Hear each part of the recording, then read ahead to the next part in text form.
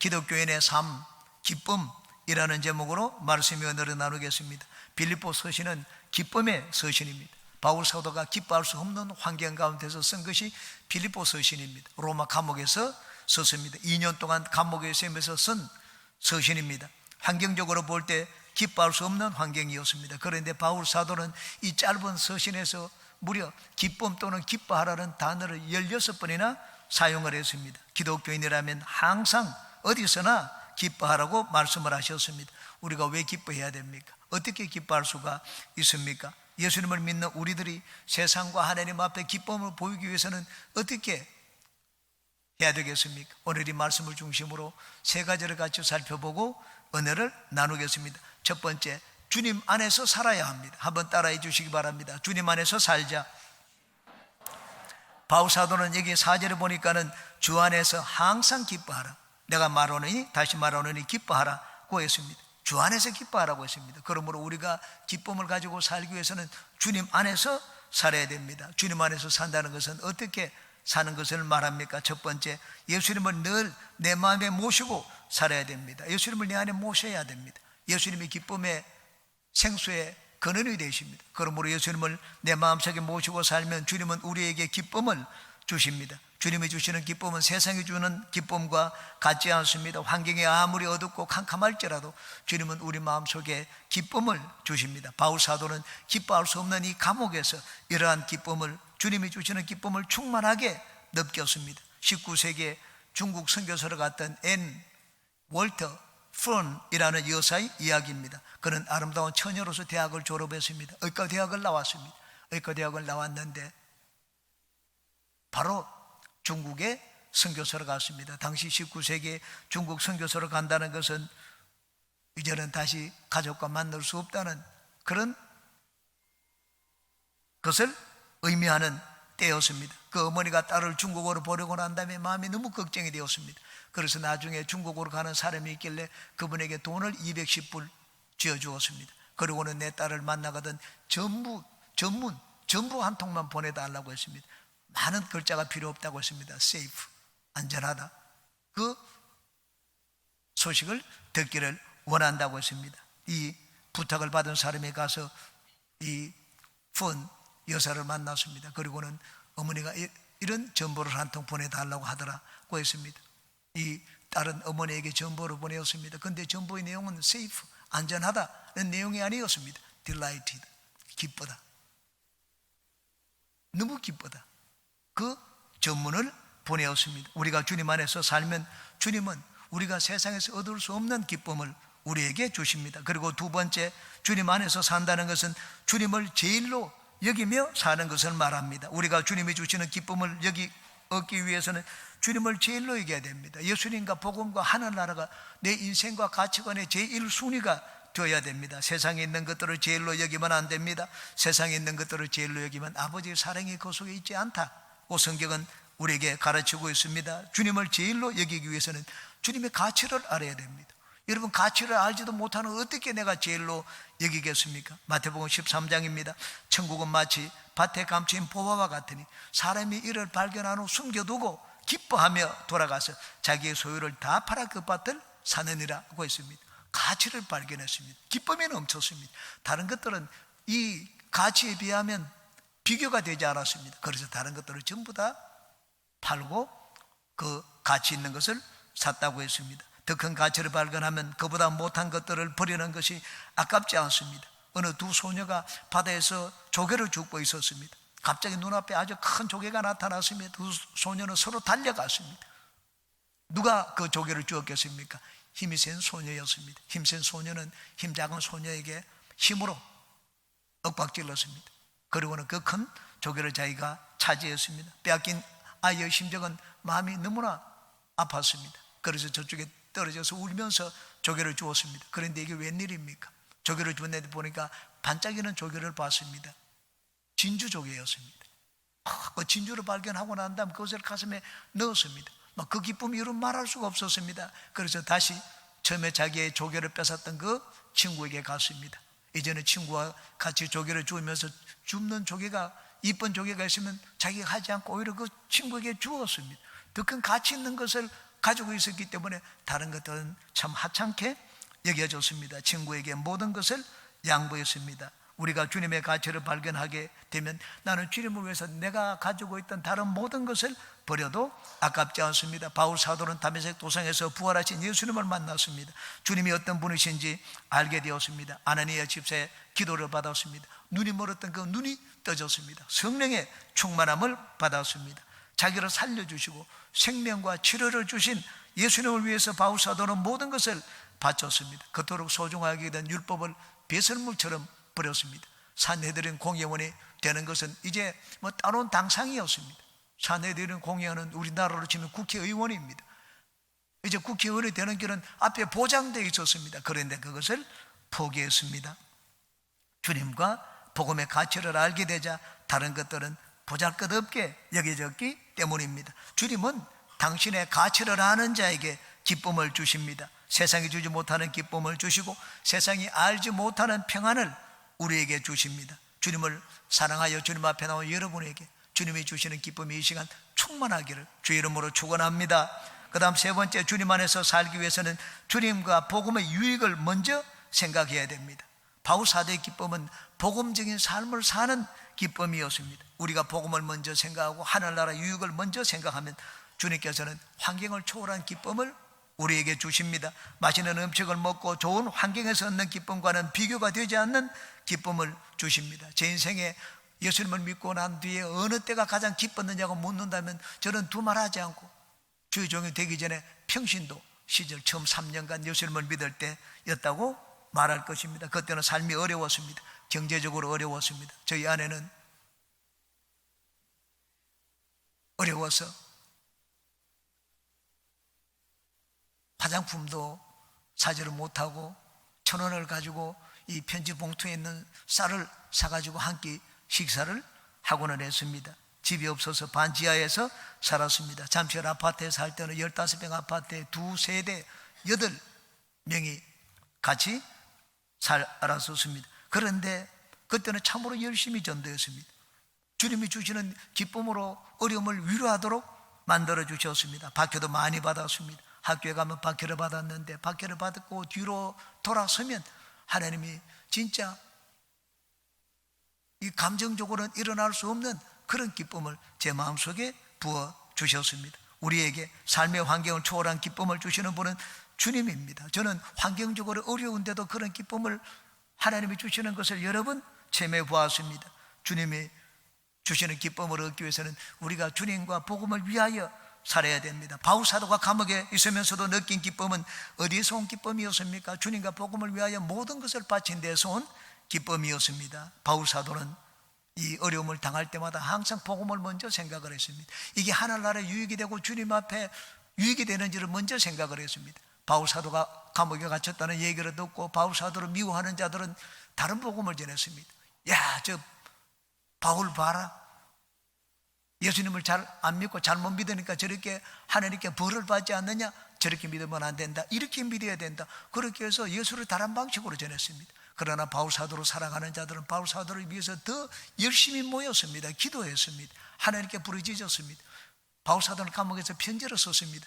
야, 이렇게 하나 저렇게 하나 전파되는 것은 그리스도니 나는 그것으로 인하여 더 기뻐한다고 했습니다. 나를 미워하는 자들도 나 때문에 예수님을 전하고 나를 위하는 자들도 나 때문에 더 열심히 모이니까 이보다 더 기쁜 일이 어디 있겠느냐, 그렇게 얘기를 했습니다. 바울 사도는 자기의 유익을 위해서 기뻐하지 않았습니다.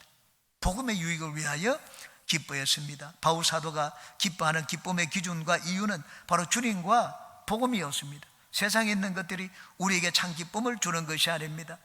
잠시 기쁨을 줄지 모릅니다. 그러나 오래가지를 않습니다.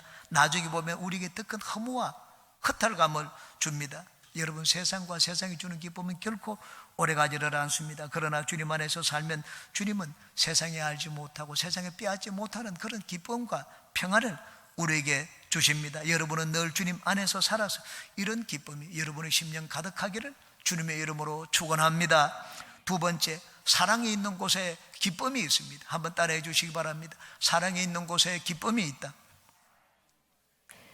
그러므로 기쁨을 얻기 원하는 여러분들은 힘써 사랑하시기 바랍니다. 바울 사도의 마음에는 영혼에 대한 사랑이 있었습니다. 빌립보 교인들을 자식처럼 사랑했습니다. 그들이 잘 되도록 늘 기도했습니다. 바울 사도는 진심으로 빌립보 교인들을 사랑했습니다. 앞에 1장 4절에 이렇게 말씀을 합니다. 간구할 때마다 너희 무리를 위하여 기쁨으로 항상 간구함은, 기쁨으로. 이들이 예수님을 잘 믿는 것 보니까 그것보다 바울 사도에게 더 기쁜 것이 없었습니다. 빌립보 교인들은 바울 사도의 기쁨이 되었습니다. 4장 앞에 1절입니다. 그러므로 나의 사랑하고 사모하는 형제들, 나의 기쁨이요 면류가 아닌 사랑하는 자들아, 이와 같이 주 안에 서라고 말씀을 했습니다. 바울 사도는 빌립보 교인들을 생각하면 그 마음에 항상 기쁨이 솟았습니다. 왜 생각만 해도 기쁩니까? 사랑했기 때문입니다. 미워하는 사람을 보면 기쁨이 샘솟지 않습니다. 그러나 사랑하는 사람을 만나보세요. 보기만 하면 얼굴에 웃음꽃이 피게 됩니다. 저는 손녀를 사랑합니다. 손녀가 이번에 또 이 전가족 초청 주일이라고 해서 어저께 저희 집에 왔습니다.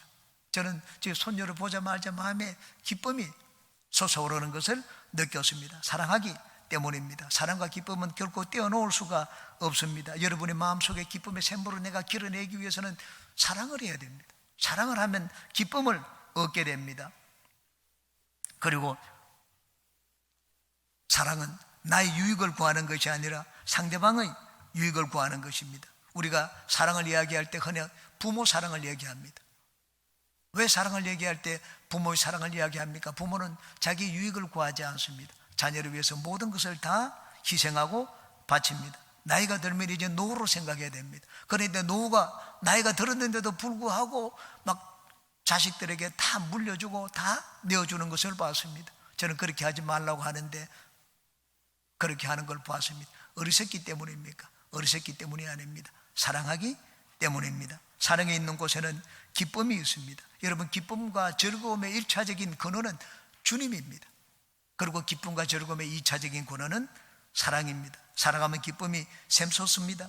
사랑하는 것을 보기만 해도 기쁩니다. 바울 사도는 너희들이 사랑하는 것을 보면 그것이 내 기쁨이라고 말씀을 했습니다. 그러므로 여러분은 사람을 미워하지 마십시오. 사람을 미워하면 자기 스스로 자기를 죽이는 것입니다. 수명을 단축시키는 것입니다. 기뻐하면 오래 삽니다. 장수하게 됩니다. 저는 주례를 쓸 때마다 종종 이 신랑 신부에게 질문을 합니다.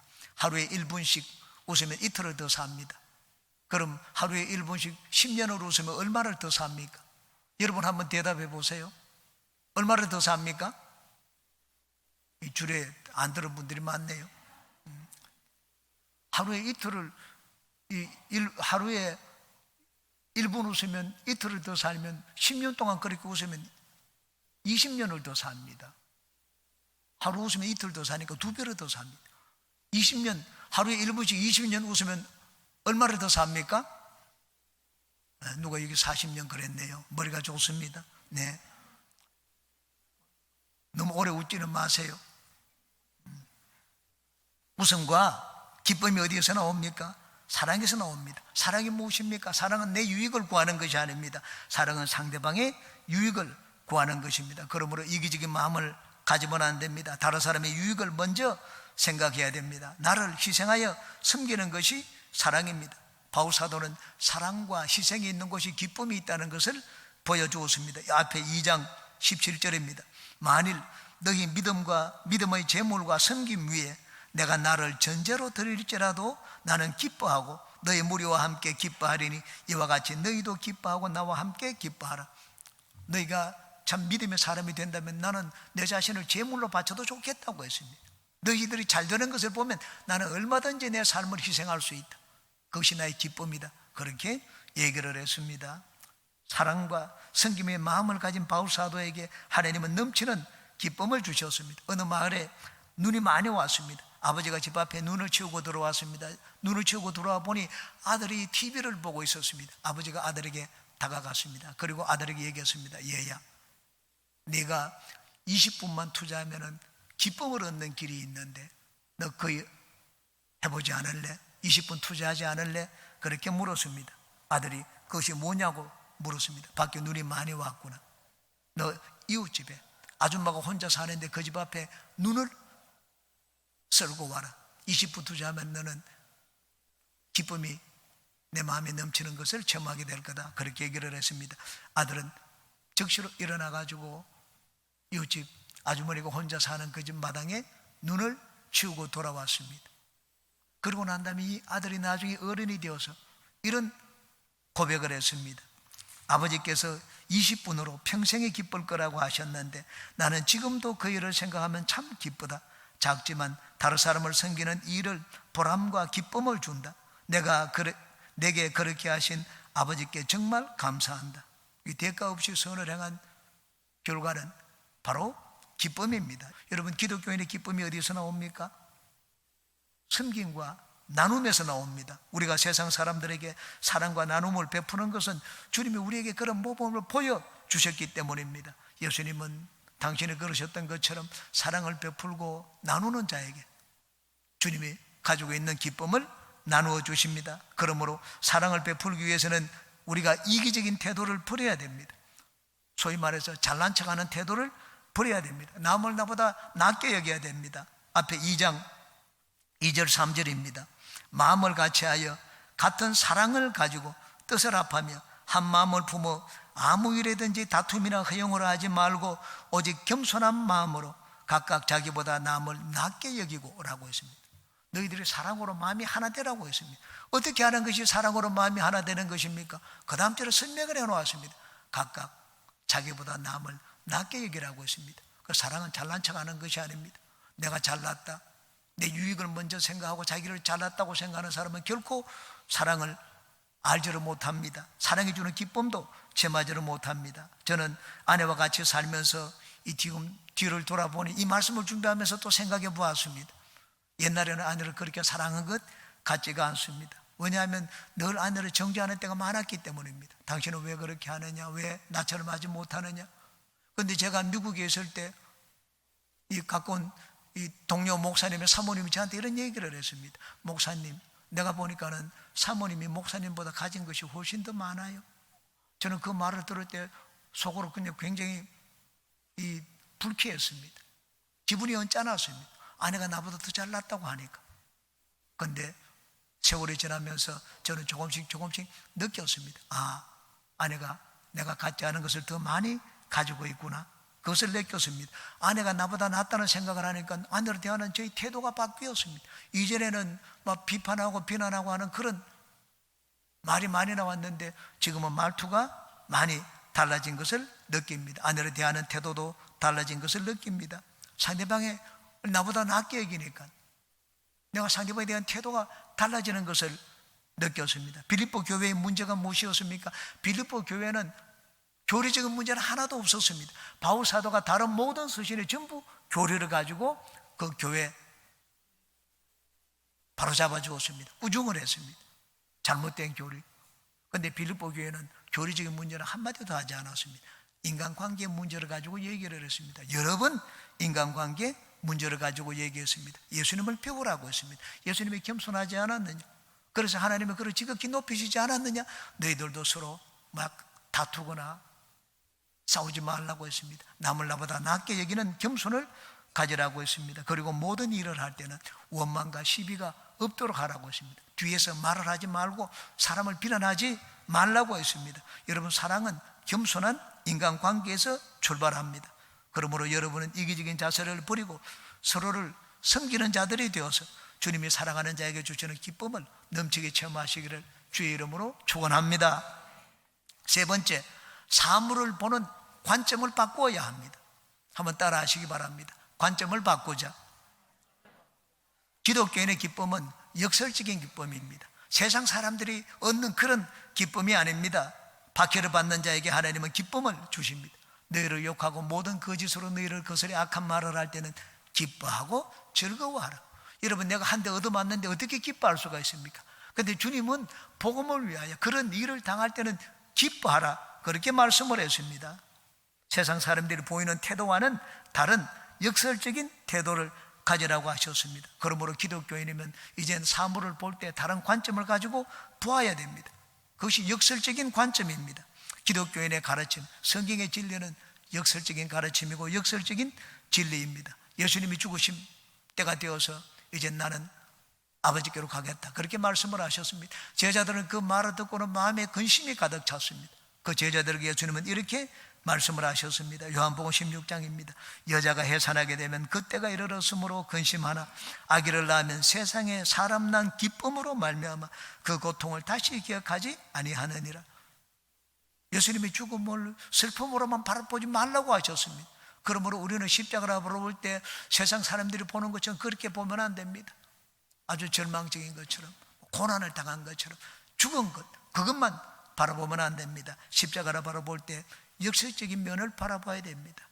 역설적인 진리를 바라봐야 됩니다. 그것이 믿음의 눈입니다. 십자가는 우리에게 평화를 주신 것입니다. 하나님과 우리 사이에 십자가는 우리에게 건강과 치료를 주신 것입니다. 십자가는 우리에게 부여를 주시고 하늘 길을 열어놓으신 것입니다. 십자가 고난은 결코 아픔과 슬픔만이 아닙니다. 십자가의 고난은 우리에게 기쁨입니다. 왜냐하면 부활의 영광이 기다리고 있기 때문입니다. 바울 사도는 여기 보니까 항상 기뻐하라. 어떤 상황에서도 주 안에서 기뻐하라고 말씀을 하셨습니다. 주 안에서 어떤 상황에서도 항상 기뻐하라. 그냥 이 아니면 주 안에서 기뻐하라고 했습니다.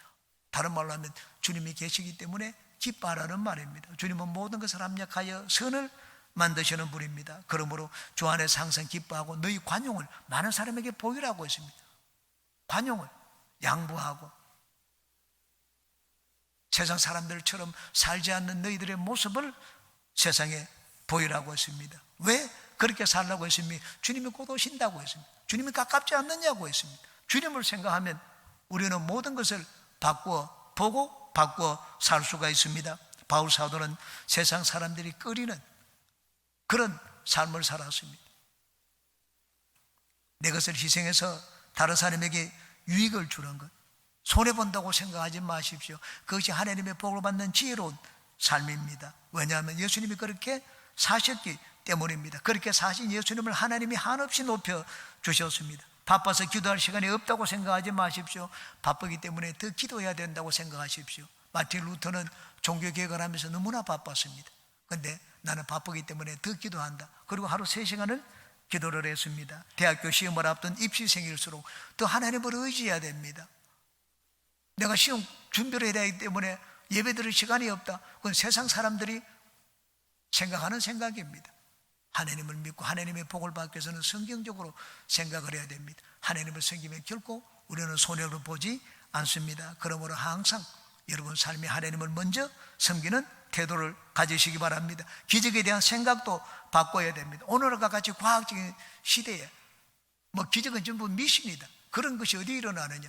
여러분 과학이 발달하면 발달할수록 하나님은 더 우리에게 살아계심을 나타내십니다. 여러분 하나님의 생각은 우리의 생각과 다릅니다. 그 하나님의 생각을 가지기 위해서는 우리는 성경을 믿음으로 받아들여야 됩니다.